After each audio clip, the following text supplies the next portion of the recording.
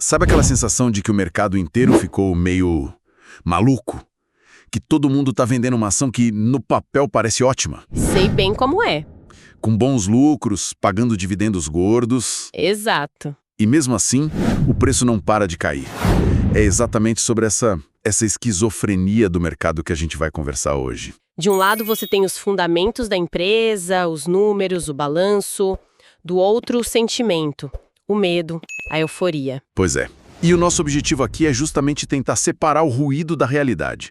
Vamos usar o caso recente da BB Seguridade para entender o que está por trás do pessimismo de grandes bancos e se isso é um risco real ou, quem sabe, uma oportunidade escondida. Vamos investigar a fundo os argumentos de quem recomenda a venda e, ao mesmo tempo, fazer a nossa própria matemática com cenários de lucro, sabe? Otimista, pessimista, para ver se a conta fecha. A ideia é dar as ferramentas para que quem nos ouve possa formar a própria convicção. Boa. Mas antes da gente entrar nesse debate, tem uma notícia rápida que movimentou o setor financeiro. O Santander, anunciou um pagamento bem relevante de juros sobre capital próprio. Isso. Uma notícia importante para quem tem as ações do banco. O valor total anunciado ultrapassa os 2 bilhões de reais. Uau! E é sempre bom lembrar que o JCP, o juros sobre capital próprio, tem aquele desconto de 15% de imposto de renda direto na fonte. Certo. Fazendo as contas assim, os valores líquidos que caem no bolso do acionista são de 21 centavos para a ação ordinária, 23 centavos para a preferencial e 44 centavos para a Unity. E olhando por essa ótica do rendimento, qual delas se destaca? Olha, para quem foca exclusivamente no provento, a ação preferencial acaba sendo a mais interessante nesse momento.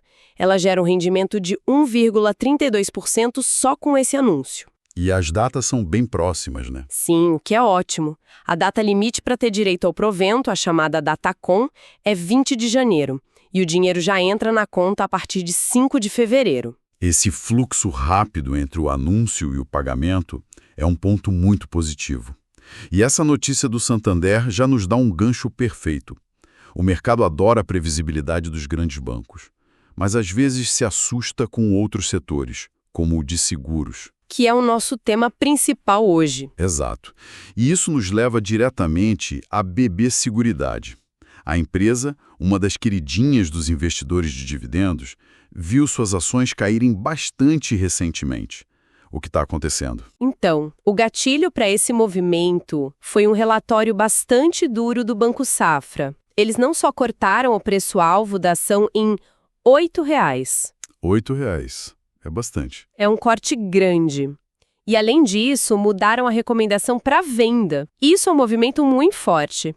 Para se ter uma ideia do contraste, no mesmo relatório, eles recomendam compra para Porto Seguro com o preço-alvo de R$ 61,00. Sei. E também compra para Caixa Seguridade com alvo de R$ 20,00. Ou seja, eles colocaram a BB Seguridade no canto do castigo, sabe? Isolada das suas pares. Mas espera aí.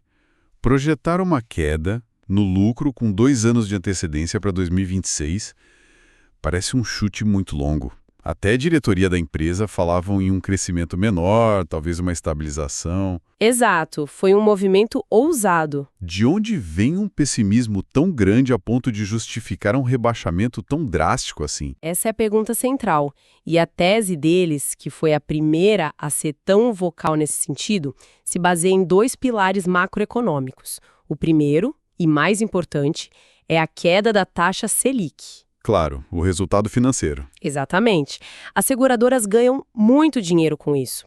A projeção do Boletim Focus, que guia o mercado, é que a Selic saia dos patamares atuais e chegue a 12,25% em 2026. Uma queda considerável. Pois é.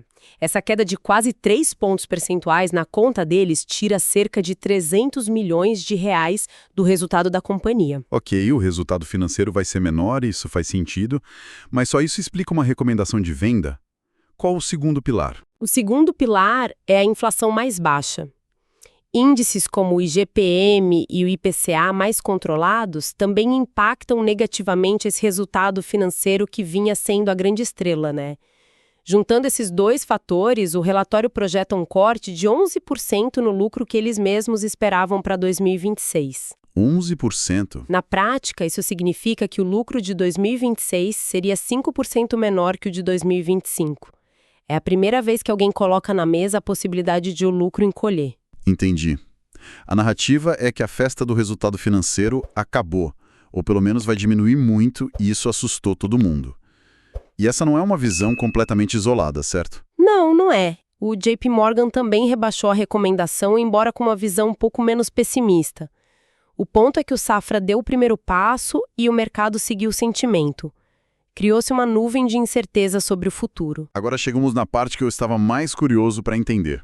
Porque, de um lado, a gente tem essa fumaça toda no mercado, essa narrativa de pessimismo. E do outro, a gente tem os números puros. Vamos esquecer o barulho por um instante e fazer a conta. Com a ação na casa dos R$ 34,99, o que acontece se a gente simular um cenário de lucro?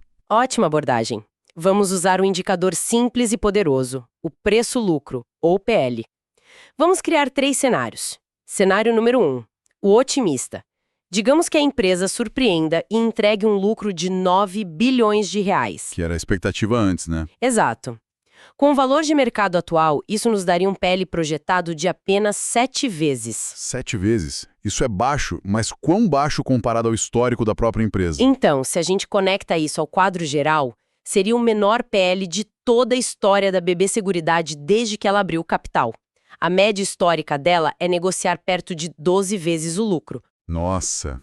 Então, nesse cenário, estaríamos falando de um desconto de 35% em relação à sua própria média. É um desconto gigantesco. Impressionante. Ok, mas esse é o cenário otimista. E se a gente for mais para o meio termo? O que o consenso de mercado espera hoje? O cenário base, que é o que a maioria dos analistas projeta agora, é um lucro de 8 bilhões de reais. Nesse caso, o PL subiria para 8,75 vezes. Que ainda é baixo. Ainda assim, é um múltiplo muito baixo para uma seguradora de qualidade e representa um desconto de mais de 26% em relação à média histórica. A ação continua parecendo barata. Certo, mas e se o Safra estiver certo? E se o pior acontecer? Vamos estressar o modelo. Qual seria o cenário bem pessimista? Vamos lá. No cenário pessimista, vamos imaginar um lucro de apenas 7 bilhões de reais. Para isso acontecer, provavelmente precisaríamos de um evento adverso muito forte, algo fora do normal. Certo. Mesmo nesse cenário de estresse, com o lucro caindo tanto, o PL ficaria em 9,9 vezes. Então, o que você está dizendo é que, mesmo na tempestade, o barco ainda flutua com um bom desconto. Porque um PL de 9,9 vezes ainda está quase 17% abaixo da média histórica. Exatamente. A conclusão que os números nos mostram é que, mesmo no pior cenário razoavelmente projetável, a ação parece negociar com uma margem de segurança interessante.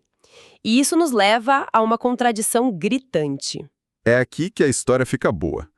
De um lado, essa análise de valuation que sugere que a ação está barata. Do outro, a gente tem uma empresa com fundamentos historicamente muito sólidos, cresce resultados, tem uma rentabilidade altíssima, um ROI de 65%. Um número absurdo. E é uma das melhores pagadoras de dividendos da Bolsa. A média histórica é de quase 8% ao ano, e com essa queda recente na cotação, o rendimento atual foi para mais de 12%. E vale a pena fazer um parêntese sobre essa rentabilidade espetacular. O motivo pelo qual o ROI dela e também da Caixa Seguridade é tão fora da curva é que elas têm uma vantagem competitiva enorme. Elas usam toda a rede de agências do Banco do Brasil e da Caixa. A capilaridade, né? Isso. Elas não têm o custo gigantesco de criar uma rede de distribuição, o que joga a rentabilidade delas lá para cima. É um ponto crucial. Excelente ponto. E para o investidor focado em renda, tem outra ferramenta que é o preço-teto, né? Como ficaria essa conta? Usando a média de dividendos dos últimos anos, que foi de R$ 3,08 por ação, a gente pode simular. Se o investidor busca um rendimento mínimo de 6%, ele poderia, em tese, pagar mais de R$ 50 pela ação. R$ 50. É. Se ele for mais exigente e quiser 8% de retorno, o preço-teto seria de quase R$ 39. Nos dois casos, bem acima da cotação atual. Então, a pergunta que não quer calar é: se o valuation parece barato, os fundamentos são ótimos e o preço está abaixo do teto para um dividendo excelente, por que raios o mercado está recomendando a venda? A resposta, em grande parte, está na psicologia, no viés comportamental do mercado. O mercado funciona como um amplificador de tendência, sabe? Quando os resultados estão subindo, a tendência é recomendar a compra no topo, na euforia. E o contrário também. Exatamente. Diante de uma perspectiva desafiadora como essa de 2026, a reação instintiva é extrapolar o pessimismo e recomendar a venda na baixa. É o famoso comprar na alta e vender na baixa institucionalizado. E a manada agindo, né? Tanto na subida quanto na descida. Precisamente. E isso levanta uma questão de filosofia de investimento. Qual o seu horizonte de tempo? O mercado opera no curto prazo. Já o investidor de longo prazo pode ver esse pânico como uma janela de oportunidade para comprar um ativo de qualidade por um preço mais baixo, pensando nos próximos 5, 10 anos. Isso. E não nos próximos 5, 10 meses. Eu me lembro de uma situação parecida com o setor elétrico anos atrás. Todo mundo entrou em pânico com uma mudança regulatória, as ações despencaram e quem teve paciência e olhou os fundamentos foi muito bem recompensado. É um padrão que se repete. Essa perspectiva de longo prazo é fundamental. Agora, vamos ampliar um pouco o foco. Saindo do caso específico da BB Seguridade, como ela se posiciona hoje dentro do universo de ações de dividendos? Quais são as outras estrelas? Olha, olhando um compilado das carteiras de dividendos das grandes casas, alguns nomes se repetem bastante. As 4 mais recomendadas hoje são Petrobras, Caixa Seguridade, Itaú e Vale. Interessante. Itaú está nessa lista com uma projeção de dividendo bem alta, não é? Algo na casa de 16%? Isso parece bom demais para ser verdade. Qual é a pegadinha? A observação é perfeita. Sim, a projeção é essa, mas é crucial entender que é um valor extraordinário, não recorrente. O banco acumulou muito capital e deve fazer uma distribuição gorda este ano. O pagamento normal, recorrente histórico do Itaú, fica mais na casa dos 5% ao ano. Entendi. Então, quem comprar a ação esperando 16% todo ano vai se decepcionar. É um evento pontual.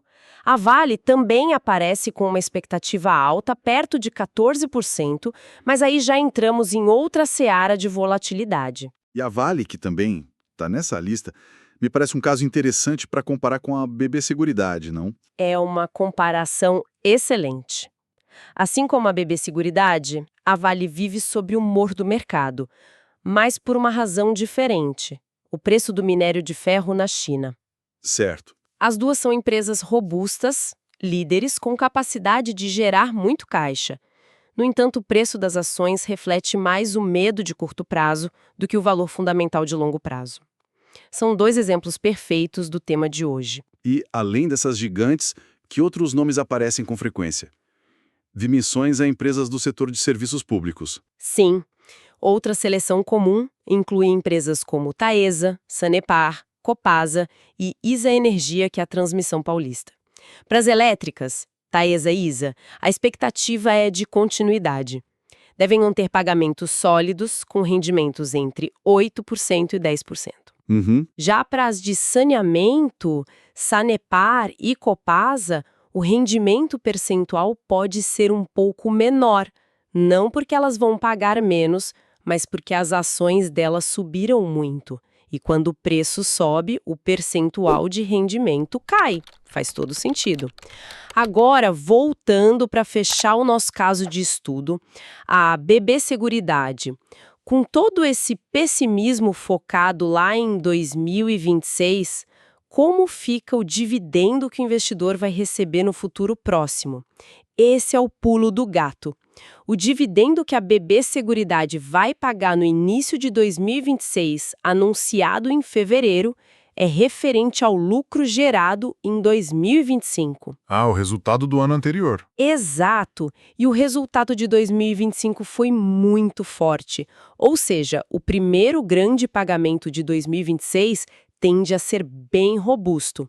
Mesmo que o lucro de 2026 realmente caia, a expectativa mais conservadora é que a empresa ainda consiga pagar pelo menos 10% de dividendo ao longo do ano. Então, mesmo no cenário desafiador, ela deve continuar sendo uma pagadora de dividendos de 2 dígitos. A probabilidade é alta. Ok, vamos amarrar tudo isso. A conversa de hoje pintou um quadro muito claro.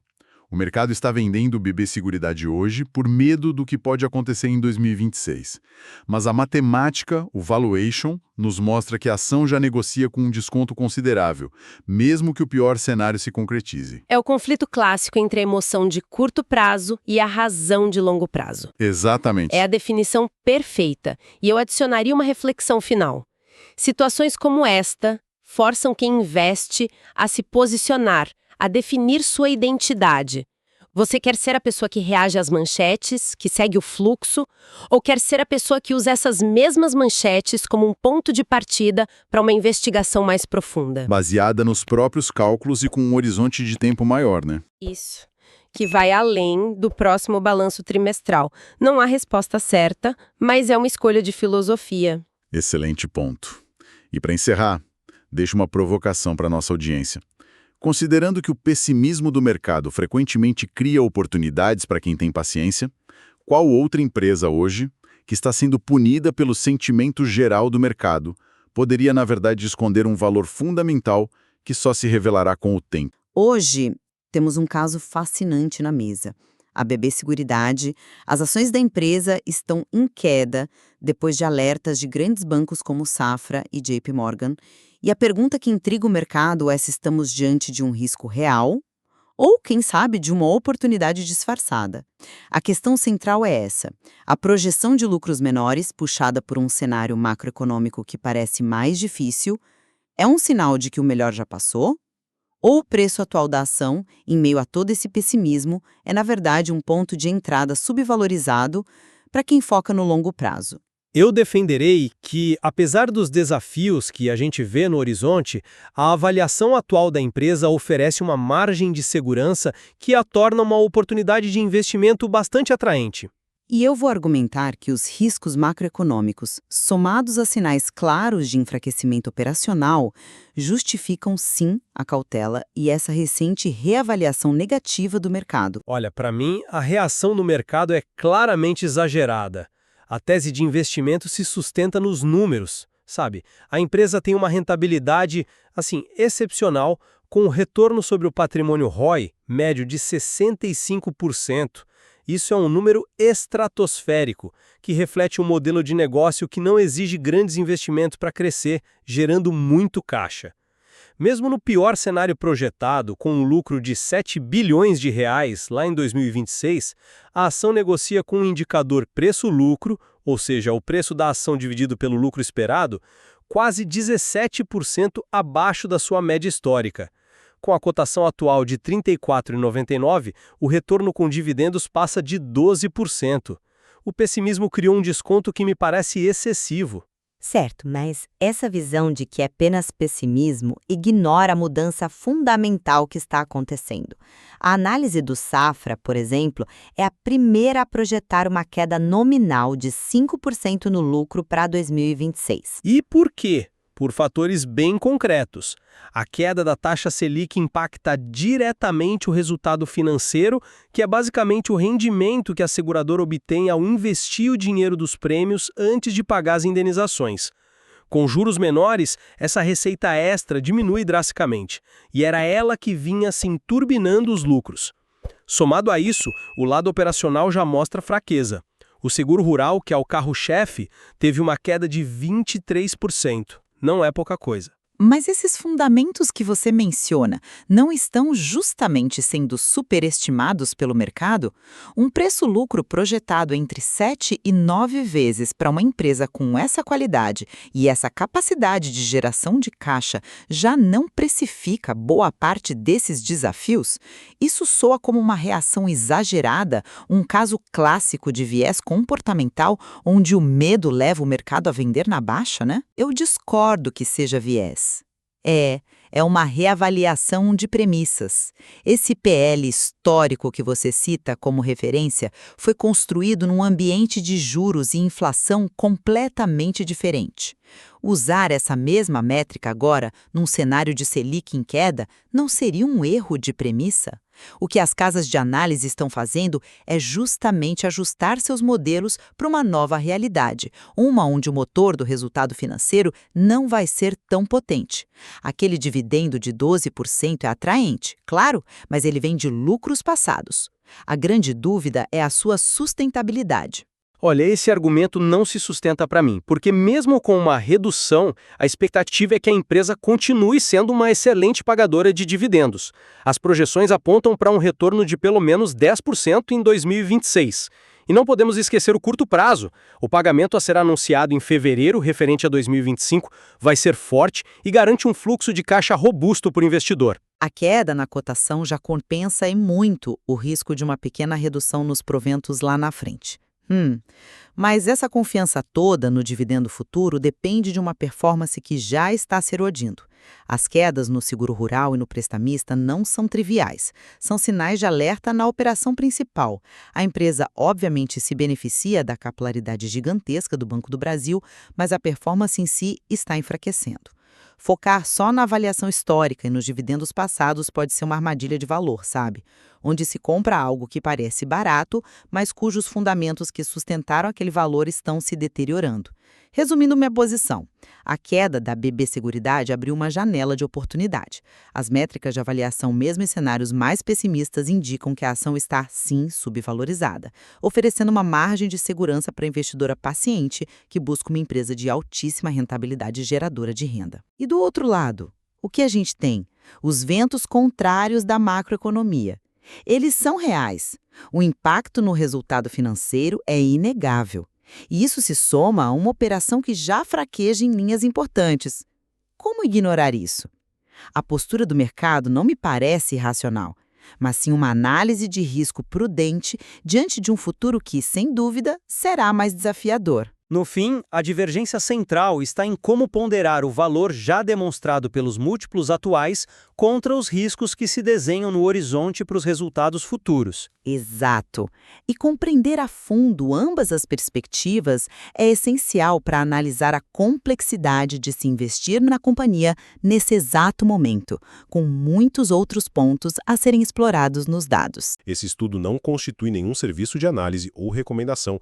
Este é um mercado de renda variável, bolsa de valores, onde o risco é inerente, toda e qualquer decisão é de cada investidor.